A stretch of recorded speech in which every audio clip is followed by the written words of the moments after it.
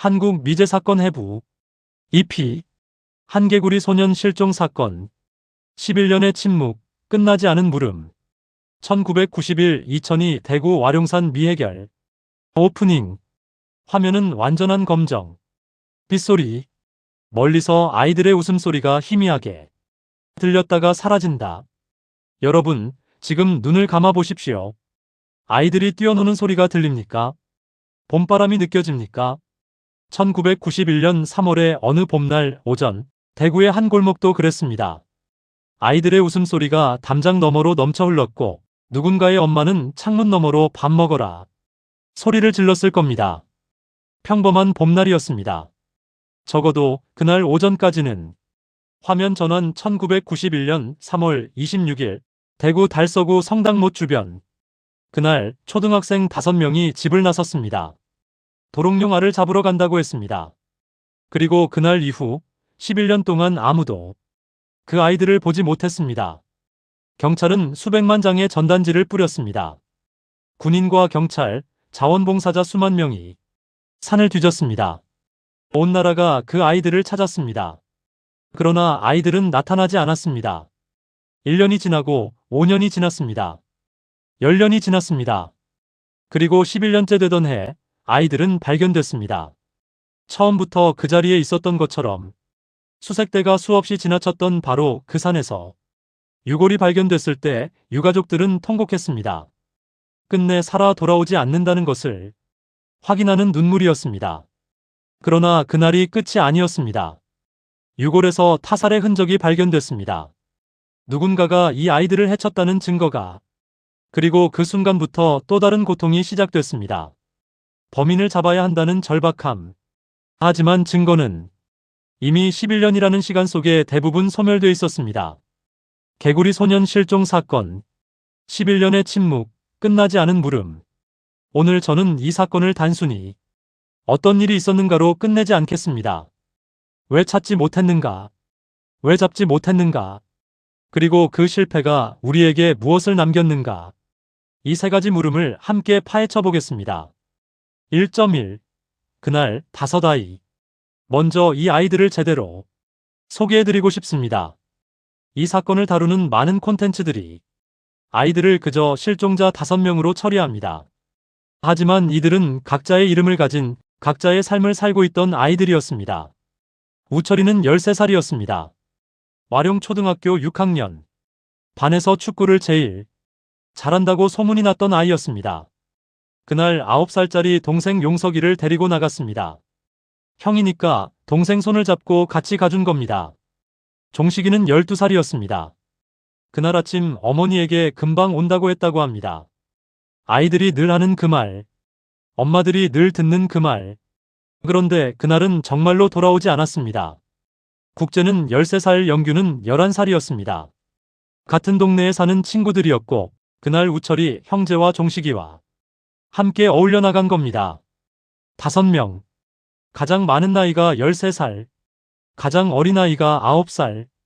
요즘 기준으로 보면 초등학교 3학년에서 6학년 사이입니다. 스마트폰도 없던 시절 아이들은 동네 친구끼리 모여서 뒷산을 뛰어다니는 게 놀이였습니다. 그런 시절이었습니다. 1991년 3월 26일 화요일 오전 대구시 달서구 월성동 일대. 그날은 지방선거일이었습니다. 선거일에는 학교가 쉬었습니다. 아이들에게는 예상치 못한 하루.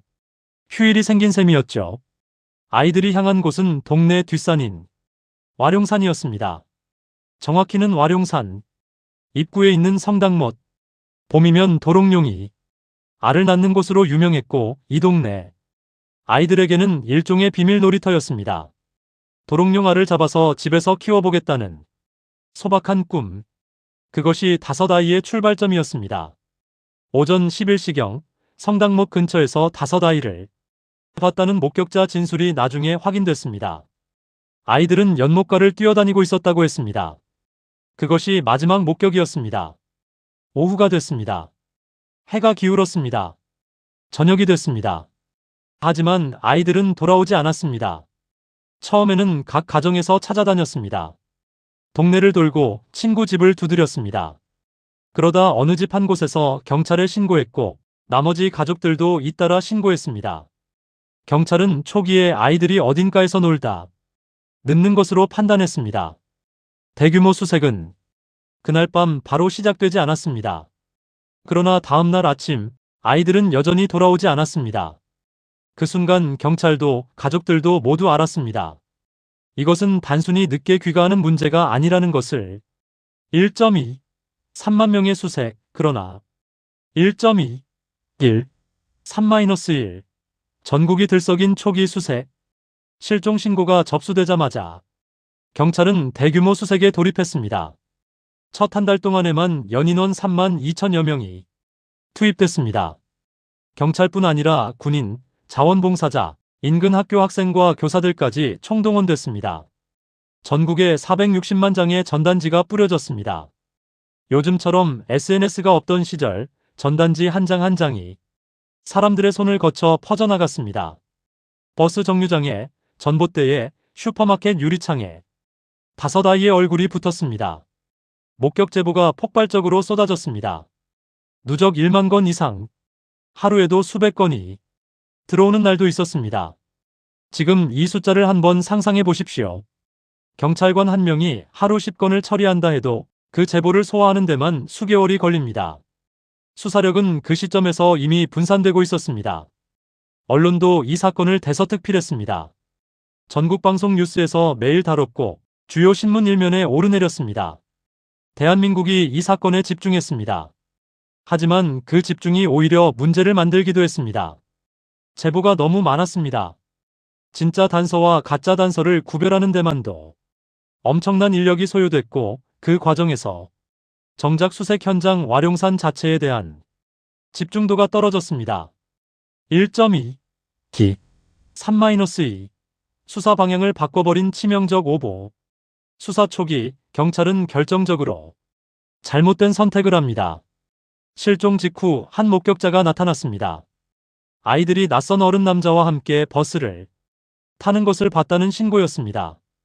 이 진술 하나로 수사의 방향이 완전히 바뀌었습니다. 경찰은 유괴 납치를 기정사실로 보고 그쪽에 수사력을 집중했습니다. 와룡산 현장 수색 상대적으로 소홀해졌습니다. 어차피 아이들은 누군가에게 납치돼 어딘가로 데려가졌다는 전제가 생겼으니까요. 그런데 몇 주 후 그 목격자의 진술은 착오 신고로 판명이 납니다. 자신이 본 게 아이들이 아닌 것 같다고 진술이 바뀐 겁니다. 하지만 이미 수사의 방향이 굳어진 뒤였습니다. 경찰은 관성적으로 유괴 방향을 계속 수사했고 현장으로 돌아오는 데는 상당한 시간이 걸렸습니다. 이것이 바로 수사에서 위험한 오류 중 하나입니다. 초기 잘못된 가설이 전체 수사 방향을 지배해버리는 것. 경찰 내부에서도 현장 수색을 더 해야 한다는 의견이 있었겠지만 한번 유괴로 기운 여론과 조직의 관성을 되돌리기가 쉽지 않았을 겁니다. 이후에도 수차례 용의자 발표가 있었습니다. 1991년 5월에는 한 남성이 유령 용의자로 발표됐고 언론이 대대적으로 보도했습니다. 하지만 알리바이가 확인되며 무혐의로 풀려났습니다. 같은 해 7월에는 또 다른 인물이 떠올랐습니다. 이 역시 결국 혐의 없음으로 결론 났습니다. 이런 식의 발표와 해프닝이 몇 차례 반복됐습니다. 경찰이 발표할 때마다 가족들은 이번엔가 하며 가슴을 졸였고 무혐의 소식이 나올 때마다 다시 무너졌습니다. 1.2 3 3-3 수색 범위의 역설 가까운 곳을 놓치다. 수사가 진행될수록 수색 범위는 점점 넓어졌습니다. 대구 전역, 경상도 전역, 전국으로 확대됐습니다. 이 현상 자체가 역설입니다. 아이들을 찾지 못하자 더 멀리서 찾으려 했고 그 결과 정작 아이들이 있던 가장 가까운 곳에 대한 정밀 수색이 오히려 소홀해졌을 가능성이 있습니다. 인간의 심리가 그렇습니다. 가까운 곳에서 못 찾으면 먼 곳을 의심합니다. 눈앞의 것을 보지 못하고 먼 곳을 헤매는 것, 이것은 수사에서도 일상에서도 반복되는 패턴입니다. 특히 와룡산 수색과 관련해 주목해야 할 점이 있습니다. 수색대원들이 산을 수없이 뒤졌음에도 유골을 발견하지 못한 이유에 대해 여러 가지 설명이 제시됐습니다. 그중 하나는 지형적 요인입니다. 유골이 발견된 팔부 능선 일대는 나무가 울창하고 경사가 급해 수색대원들이 줄을 이뤄 올라가도 시야가 크게 제한됩니다. 특히 봄철에 수색을 시작했다가 여름이 되면 숲풀이 우거져지면 자체를 보기가 어려워집니다. 또 다른 설명은 수색 집중도의 문제입니다. 1만 건의 제보를 쫓느라 바빴던 수사팀이 이미 수색했던 산에 다시 인력을 집중하기가 어려웠다는 것이죠. 그리고 세월이 흘렀습니다.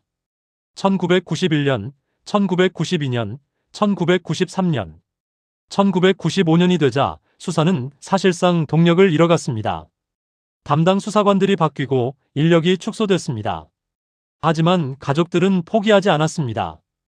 어머니들은 해마다 전단지를 들고 거리에 나섰습니다. 정부에 탄원서를 냈습니다. 언론에 호소했습니다. 그 긴 세월 동안 가족들에게는 하루하루가 고통이었을 겁니다. 아이의 방은 그대로였을 겁니다. 아이의 신발은 여전히 현관 앞에 있었을 겁니다. 1.2, 4, 3-4. 2002년 9월 26일 11년 만에 발견.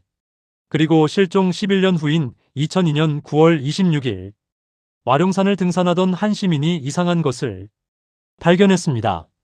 산 중턱 나무 아래에서 옷가지와 함께 뼈가 보였습니다. 처음에는 동물뼈일 것이라 생각했다고 합니다. 그런데 좀 더 가까이 다가가 보니 사람이 것이 분명했습니다. 그는 즉시 경찰에 신고했습니다. 국립과학수사연구원에서 유골 감정이 진행됐습니다. 그리고 결과가 나왔습니다. 실종된 5아이 전원의 유골로 확인됐습니다. 성당못에서 불과 1.2km 거리, 와룡산 8부 능선, 수색대원들이 수없이 올랐을 그 길목에서 유골이 발견된 자리를 지도에서 보면 수색대원들이 올랐을 경로와 불과 수십 미터 차이밖에 나지 않습니다. 그 자리를 지나쳤을 겁니다. 한 번이 아니라 여러 번, 아니 어쩌면 수십 번, 11년이라는 시간이 눈앞에 있던 답을 보지 못하게 한 건지 아니면 다른 무언가가 발견을 방해했는지 이 물음은 지금도 이어집니다. 발견 당시 유골의 상태를 살펴보겠습니다. 두개골, 치아, 장골 등 주요 뼈들이 남아있었고 의복잔에도 함께 발견됐습니다. 아이들이 그날 입고 나간 옷과 일치하는 것들이었습니다. 그런데 여기서 가장 중요한 발견이 있었습니다. 두개골 일부에서 예리한 외력에 의한 흔적이 관찰됐습니다. 단순한 사고로 인한 사망이라면 이런 흔적이 생기기 어렵다는 게 감정 전문가들의 초기 소견이었습니다. 타살 가능성이 처음으로 공식 제기된 순간이었습니다. 1.2, 5, 3-5. 타살인가 사고인가 법의학 논쟁. 유골이 발견된 이후 가장 중요한 논쟁은 사인을 규명하는 것이었습니다. 경찰과 국과수는 두개골에서 발견된 외상 흔적에 주목했습니다. 위치와 형태로 볼 때 생전의 둔기로 가해진 충격일 가능성이 있다는 의견이 나왔습니다. 만약 그렇다면 이것은 단순 조난 사고가 아닙니다. 누군가가 아이들을 해쳤다는 뜻입니다. 그러나 반론도 있었습니다. 11년이 지난 유골이었습니다. 그 긴 세월 동안 비가 오고 흙이 쌓이고 동물이 지나다니면서 뼈가 압박을 받아 변형됐을 수도 있다는 주장이었습니다. 사후 환경에 의한 손상이 타살 흔적처럼 보일 수 있다는 것이죠. 법의학계 안에서도 의견이 갈렸습니다. 어느 한쪽으로 단정짓기가 어려운 상황이었습니다. 그런데 타살 논쟁과 별개로 현장 상황 자체가 의문을 낳았습니다. 아이들의 의복 잔해가 유골 주변에 비교적 가지런히 모여있는 상태였다고 합니다. 단순 조난 사고라면 아이들이 각자 다른 방향으로 도움을 구하러 흩어졌거나 의복이 흐트러진 상태로 발견되는 게 더 자연스럽습니다. 5명이 한자리에 모여 비교적 정돈된 상태로 발견됐다는 것은 그 자리에서 어떤 일이 있었고 그 이후 누군가가 그 자리를 정리했을 가능성을 시사합니다. 경찰은 여러 정황을 종합해 타살로 잠정 결론을 내리고 재수사에 착수했습니다. 하지만 가장 큰 장애물이 있었습니다. 11년이라는 시간. 범행 현장이었다면 지문도 체액도 발자국도 모두 사라진 지 오래였습니다. DNA 감정 기술이 도입됐지만 유골 외에 범인과 직접 연결될 증거물이 거의 없었습니다. 수사는 시작됐지만 이미 극도로 불리한 조건이었습니다. 1.1. 왜 찾지 못했고 왜 잡지 못했는가? 1.1. 1. 4-1. 1991년 한국의 수사 시스템 맨손으로 싸운 경찰. 이 사건이 11년 동안 미제로 남고 유골 발견 이후에도 범인을 특정하지 못한 이유를 이해하려면 먼저 1991년이라는 시대적 맥락을 알아야 합니다. 1991년에 한국 경찰은 지금과는 완전히 다른 환경에서 일하고 있었습니다. DNA 감정. 지금은 현장에서 머리카락 한 올이나 피부세포 몇 개만 있어도 범인을 특정할 수 있습니다. 하루 이틀 안에 결과가 나옵니다. 1991년에는 불가능한 기술이었습니다. DNA 범죄 수사의 활용은 그로부터도 한참 뒤인 2000년대 들어서야 본격화됩니다. CCTV. 지금 서울 시내를 걷다 보면 1분에 하나꼴로 CCTV가 보입니다. 전국에 1400만 대 이상이 설치돼 있어 범인의 동선을 추적하는 게 기본 수사 절차입니다. 1991년에는 CCTV가 거의 없었습니다. 은행이나 대형 건물에 일부 설치돼 있었을 뿐 길거리는 물론 아파트 단지 안도 완전한 사각지대였습니다. 지문대조. 지금은 전국 데이터베이스와 전자 자동 매칭 시스템이 있어 수초 안에 결과가 나옵니다. 1991년에는 수사관이 직접 카드를 뒤지며 손으로 대조해야 했습니다. 얼마나 비효율적이고 오차가 많았을지 짐작이 가실 겁니다. 프로파일링. 지금은 경찰청의 범죄심리 전담팀이 있습니다. 범행 패턴을 분석해 범인의 성별, 나이, 직업, 거주지까지 추론합니다. 1991년에는 이 개념 자체가 한국 경찰에 존재하지 않았습니다. 미국 FBI에서 프로파일링이 본격적으로 도입된 것도 19만 7080년대의 일이었고 한국은 그보다 훨씬 뒤처져 있었습니다.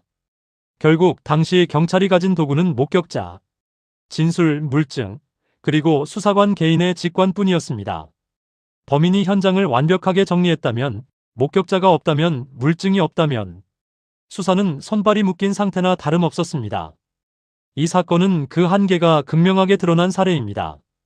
1.1. 기 4-2. 확증 편향. 인간이 가진 가장 위험한 오류.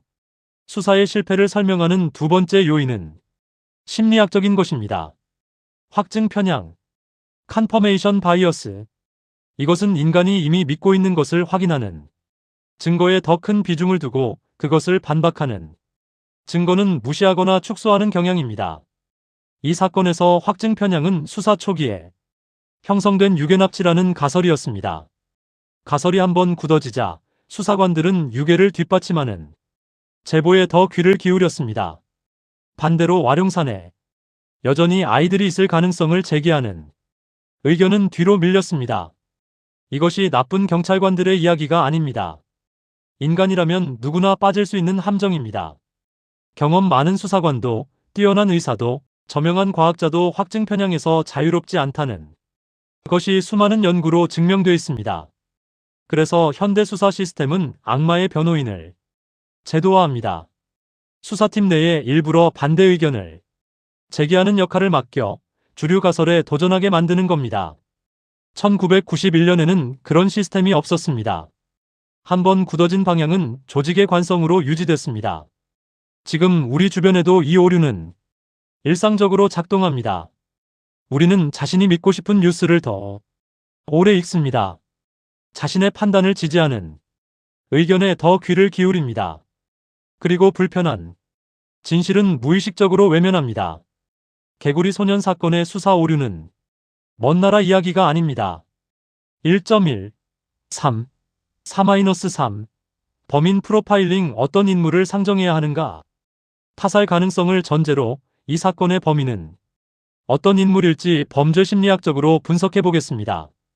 단, 이 모든 분석은 공개된 수사 기록과 정황 증거에 기반한 것이며 특정 인물을 지칭하는 것이 아님을 먼저 밝힙니다. 첫 번째 단서는 발견 장소입니다. 유골이 나온 곳은 일반 등산객이 쉽게 접근하기 어려운 와룡산 8부 능선, 깊숙한 곳이었습니다. 이 위치를 알고 아이들을 그곳까지 데려가거나 발견 후 은폐까지 할 수 있는 인물이라면 이 지역 지리에 매우 익숙한 사람이어야 합니다. 인근 거주자 혹은 그 산을 자주 다닌 인물일 가능성이 높습니다. 두 번째 단서는 피해자 수입니다. 아이 5명이 동시에 피해를 입었습니다. 만약 한 명의 성인이 이 아이들을 제압했다면 상당한 물리력이 필요합니다. 특히 13살짜리 아이들은 혼자라면 도망칠 수 있는 나이입니다.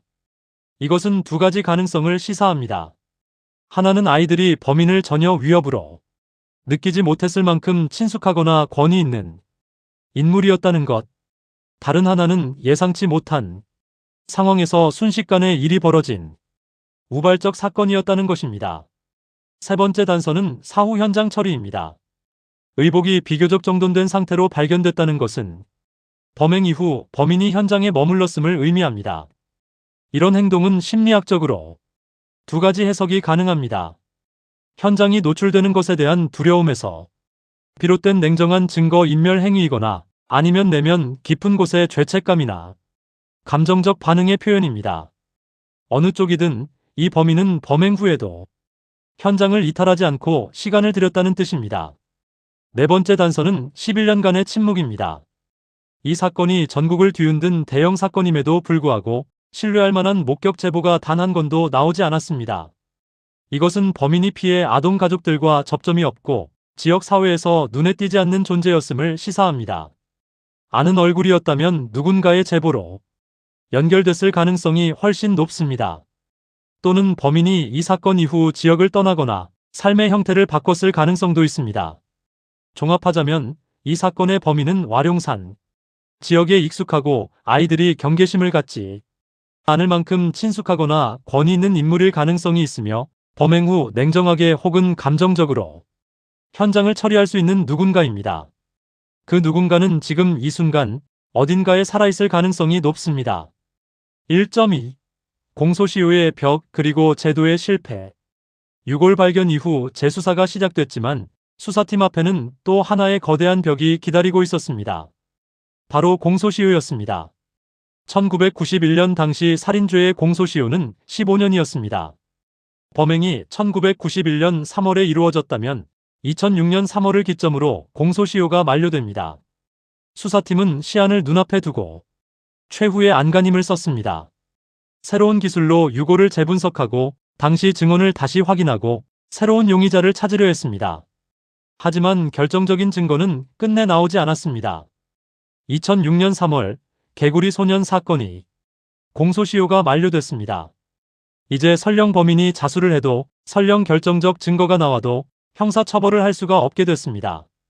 유가족들은 이 소식을 어떻게 받아들였을까요? 아이의 얼굴을 기억하며 15년을 버텨온 어머니는 이날 무슨 생각을 했을까요?